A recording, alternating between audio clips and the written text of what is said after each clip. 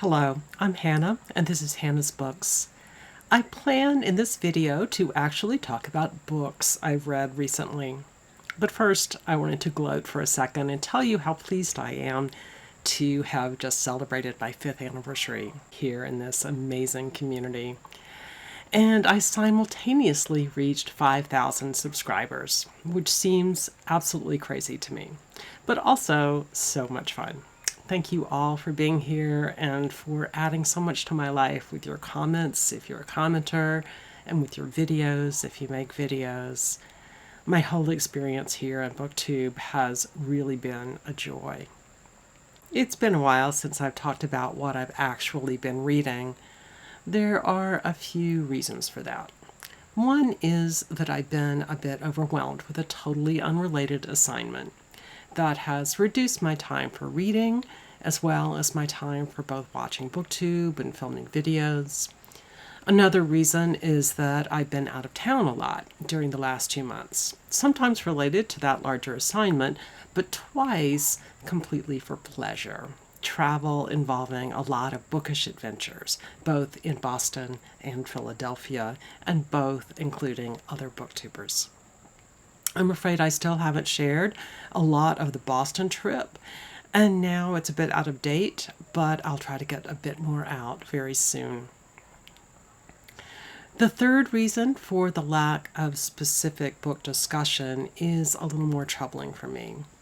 I've been having some vision issues that have fairly dramatically reduced my reading speed and the length of time I can read per day without discomfort.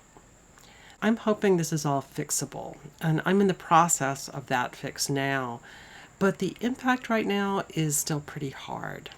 It's hard not because I feel any responsibility to check reading off of a habit tracker or something, but because reading is how I stay engaged with ideas, sometimes how I start being able to empathize with people in situations that might have been off-putting for me before, and perhaps most significantly, how I stay centered and calm.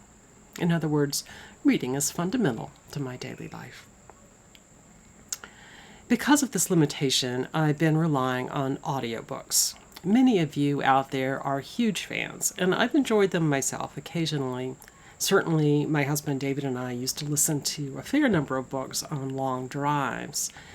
But to be honest, when I listen to audio, my mind sometimes wanders. And even when I stay focused, my ability to read critically is just not there. After I've finished a book on audio, it's quite a bit more difficult to think about saying anything of interest about it here on this channel. As I've mentioned several times before, David and I used to read aloud to each other almost every evening for nearly 3 decades. We passed the books back and forth to each other, and I think I was able to stay engaged partly because I got to see some of the pages myself, but it was also because I understood how David read things. And that consistency made it easier for me to see beyond just his presentation of particular books. Does that make any sense? I've listened to a lot of audiobooks over the last 2 months, and some of them have worked very well for me. Sometimes readers and books just match, it seems. Often, but not always, I enjoy books read by their authors. But there are plenty of other examples of good matches as well.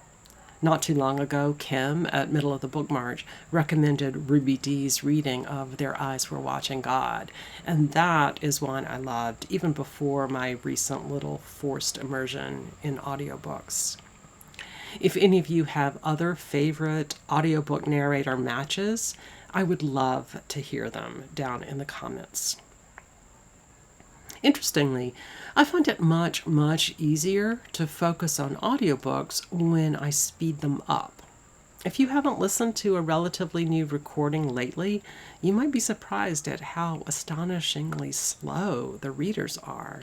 So much that I assume the recordings must be deliberately slowed down before being released. Does anyone know if that might be true? But even when I'm listening at 1.5 speed, it still takes me significantly longer to get through a book. And, as I said before, I think far less deeply about what I've heard than I do when I'm reading the text. Of course, the impact of that is not only that I don't feel as emotionally connected to the book, but that I have far less to say about it here on BookTube. So I've held off on talking much about what I've read in August or what I've been reading so far in September. But today I'm going to try to talk about a few of the August reads, as well as some things I've seen both on YouTube and elsewhere fairly recently. August was dedicated to one of my favorite BookTube events, Faulkner in August. And this year's read-along book was his novel, As I Lay Dying. I've read it a time or two before, but it has been a while. And it was a wonderful experience to read it along with the other readers in the Voxer group. I'm afraid I did not participate nearly as much as I had intended to. I'll try not to go into too much detail here. The basic plot is quite simple. After the family matriarch dies, her husband and children transport her corpse to her hometown for burial. The odyssey the family makes turns out to be absolutely filled with difficulties and obstacles of a variety of kinds. And all of the characters suffer in one way or another, and all of them have their own reasons for participating in the journey, too. It's a very dark book, but it's also a darkly funny book. And that complicated tone will stick with you for a long time. The thing I find most fascinating about Faulkner's early 20th century book is that it is a cross between two styles. It's a classic regionalist novel about the rural South, where storytelling has such a long tradition. And it's also a distinctly modern novel. The story is narrated by a whole assortment of characters, maybe 15, I think. Each short chapter is an account told from one of the narrators. But whatever story gets presented in that chapter might be retold in another chapter from another narrator in a contradictory way. Although the characters are family members and community members, they are quite disconnected from each other often, quite isolated from each other maybe, all often seemingly misunderstood by the others. And on top of that, one of the narrators is a confused child, and another is a dead person. As readers, our ability to know exactly what's happening just does not exist. Instead, we learn what particular characters feel and what they prioritize, how they relate to each other, etc. We basically see inside their heads to a degree, even when they don't see inside each other's heads. That focus on their interiority makes this book feel like Virginia Woolf at particular moments, even though the two authors are radically different writers. And the plot is not strictly chronological either. That sense of a fractured narrative that tries to tell the truth, but in a complex and multivalent way, was certainly part of literary modernism. I'm going to refer to some specific characters or moments as I talk about a related book, the beautiful novel Sing, Unburied, Sing by Jesmyn Ward. This book was a reread for me as well, and one I wanted to pick up because it's built on the framework of Faulkner's novel. I wouldn't call it a retelling exactly, but Ward is very much writing in dialogue with Faulkner. In As I Lay Dying, the matriarch dies quite early on in the novel, although her body continues to be central to the rest of the book. In Sing, Unburied, Sing, the family matriarch spends most of the novel lying there dying. Like Faulkner in As I Lay Dying and many of his other works, Ward writes about one particular fictional area of Mississippi in many of her books, including this one. The journey, which Ward writes about, is full of complications and obstacles, but it doesn't include the dying woman directly. Instead, the matriarch's daughter is traveling with her 2 children and a friend to pick up the children's father after he's been released from prison.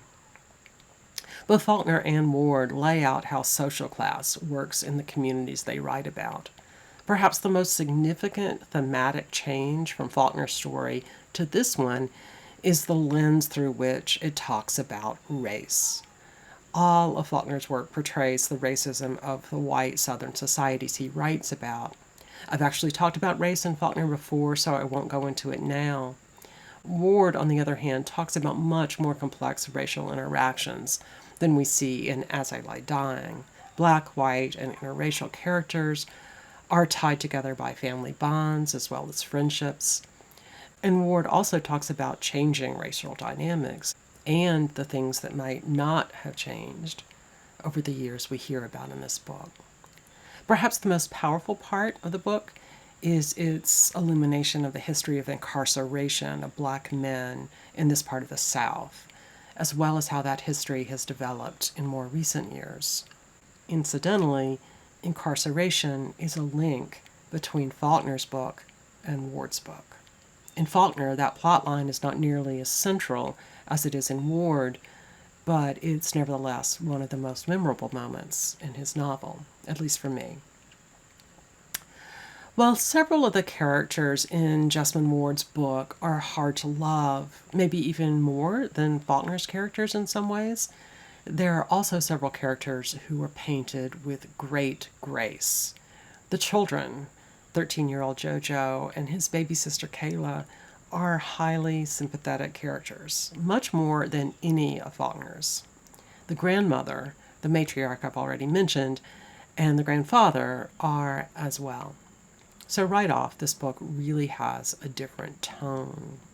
These are some of the larger comparisons between the two novels, but there are also many quite specific little ones as well. For example, one of Faulkner's characters has what I suppose could be called second sight, and that's true for some of Ward's main characters as well. One last thing. I've mentioned that in As I Lie Dying, one of the chapters is told by a dead woman. There's also a moment in the novel where two characters talk as if they can hear the corpse speaking to them within the coffin. In Sing Unburied Sing, ghosts are a much more significant part of the plot and narration. One of the, quote, ghosts we encounter seems like a drug-addled memory of someone still living, more than anything supernatural. Then we have so-called ghosts that are more of a literary way to talk about the pain of history. Even for readers who hate the appearance of ghosts in their literature, these are unlikely to bother you. But there's one who is less symbolic. The first time I read the book, I found Ward's use of that ghost to be completely compelling, and something sort of akin to Toni Morrison's Beloved. This time, I didn't find it to be quite so persuasive. I have more to think about on that front. Okay, the third book I want to discuss is Last Orders by Graham Swift. I first read and loved Graham Swift's novel Waterland when it was first released in paperback in the U.S. Despite my admiration for that book, I did not read his Last Orders when it was released, even after it won the Booker, or when it was made into a film starring Michael Caine and Helen Mirren and others, which I never saw. This novel tells the story of a man who dies of cancer and who wants his friends to together take his cremated remains and scatter them in the ocean. You can see the link to Faulkner. And the title, Last Orders, is sort of a play on words, referring to both the final call of the pub as well as the final wishes of the man who has died. The characters go on quite an odyssey, just as episodic as Faulkner's Odyssey, and, like Faulkner's novel, the story is told with complicated chronology from a variety of perspectives in short chapters, and through language that is directly linked to dialects of its setting. Britain here rather than Mississippi, of course. What I find totally bizarre is that 6 months or more after Last Orders won the Booker, and significantly more than a year after Swift's book was published, a critic slammed him for ripping off Faulkner. The critic, named John Froh, said this, quote, The simple fact is that Last Orders, in its plot and formal structure, is almost identical to that novel, without acknowledgement and without even, as far as I can see, the kind of knowing nod towards the earlier novel that would have made this acceptable. These are tricky issues, but the borrowing, if that's the right word, is substantial. This is shocking to me, perhaps because as a reader from the U.S. South, I can't imagine that any reader would not be aware of the basic plot and style of As I Lay Dying, and therefore recognize that Swift was riffing off of it, even if they hadn't read Faulkner. The reality of the situation is, of course, that people had talked about it, including Graham Swift himself, who explicitly stated months before he won the Booker that his novel was an homage to Faulkner's work. At any rate, the story is quite different from Faulkner's. It does rely on that very basic conceit of disparate people joining together to fulfill a person's last wishes.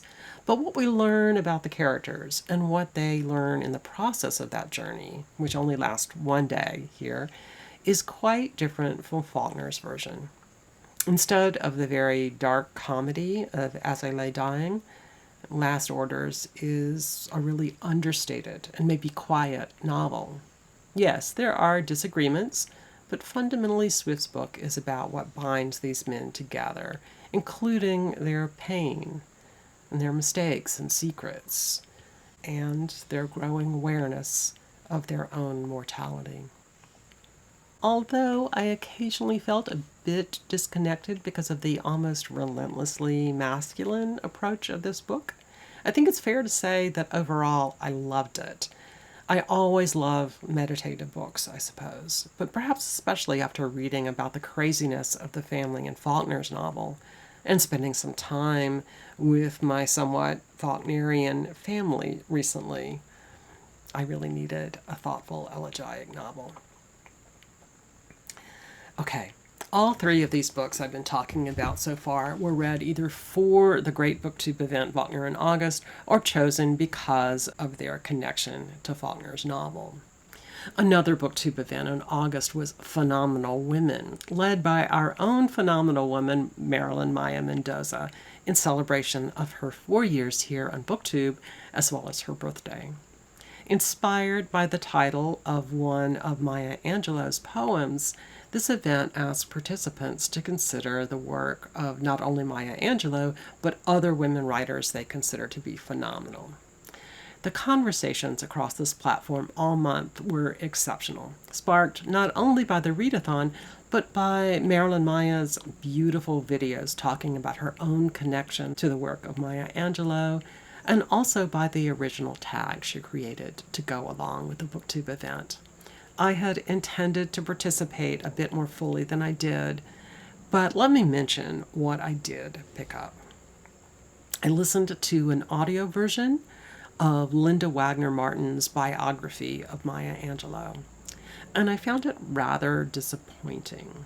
The author chose to write her study in a style that would be straightforward and accessible to readers who were not necessarily interested in a great deal of the historical context for Angelou's writing or in literary criticism.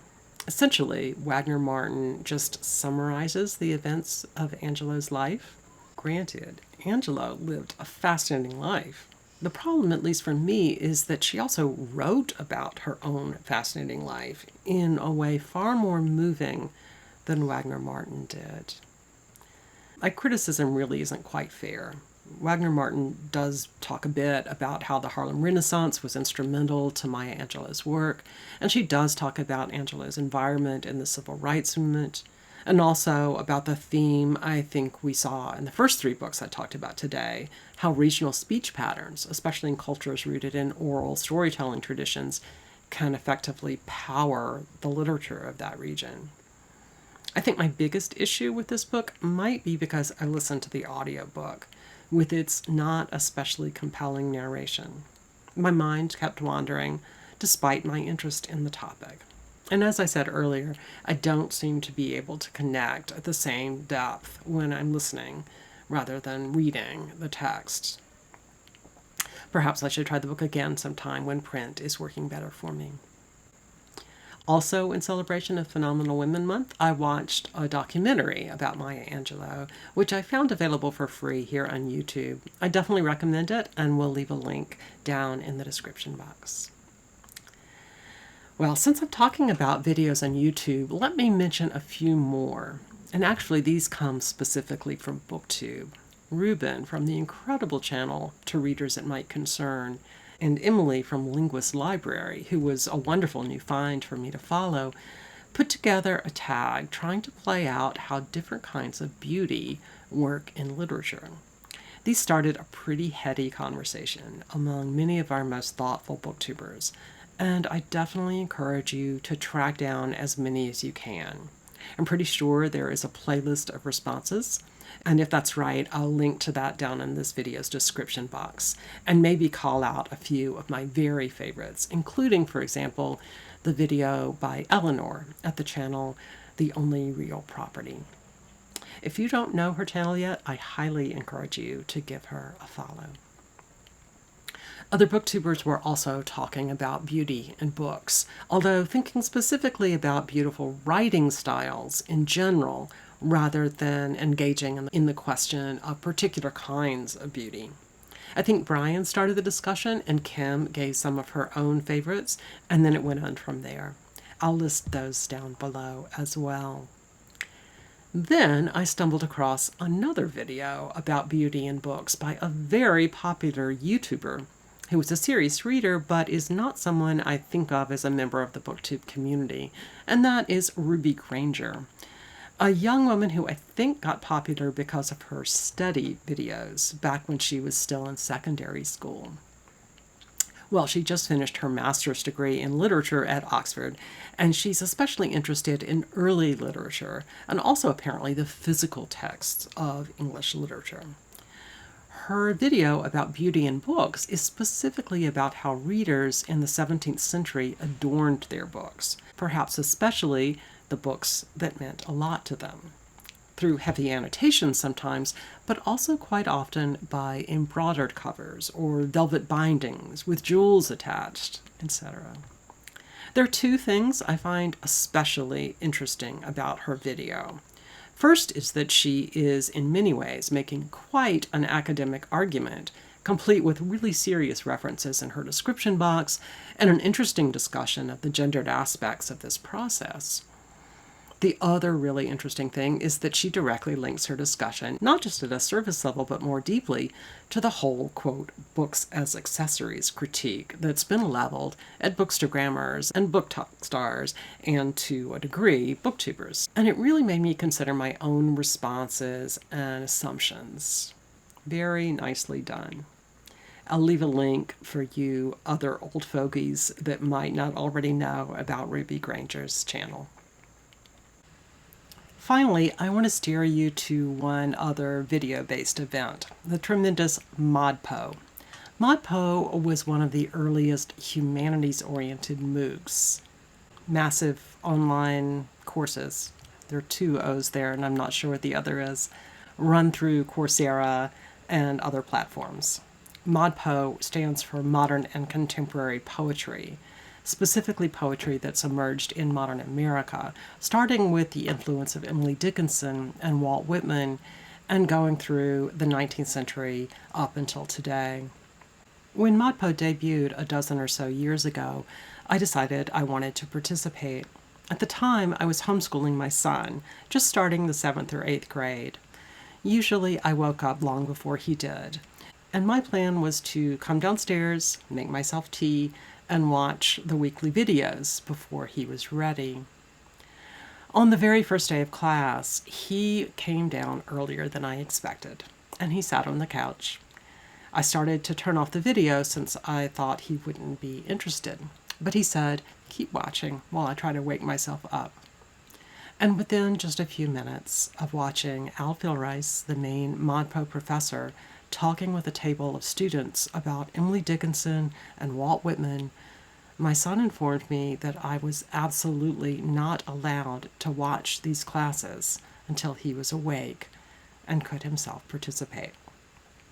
For those of you who have heard me talk about my son or have actually seen him in some of my videos on this channel, you might know that he is a lit nerd. But I really didn't think of him that way back when he was young.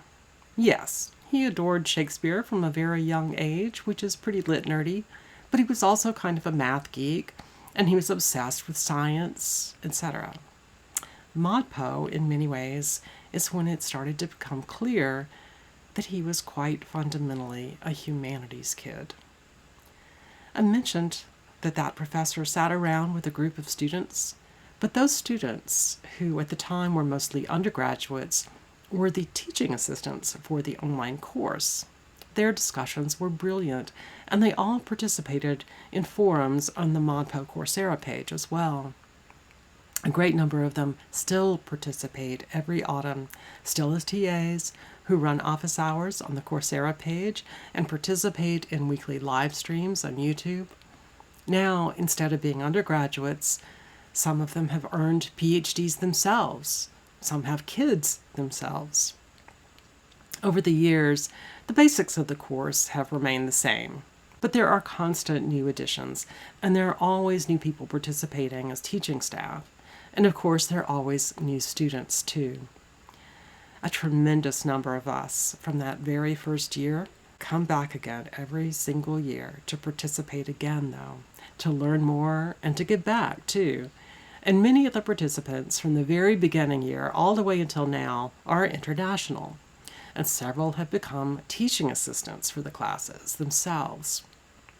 ModPo is run out of the University of Pennsylvania, and specifically out of what is sort of an open clubhouse for not only students and scholars, but anyone who would like to attend.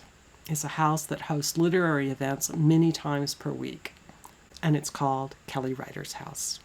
If you watch a video, you'll see that the people sitting around the table all have Kelly Writer's House mugs.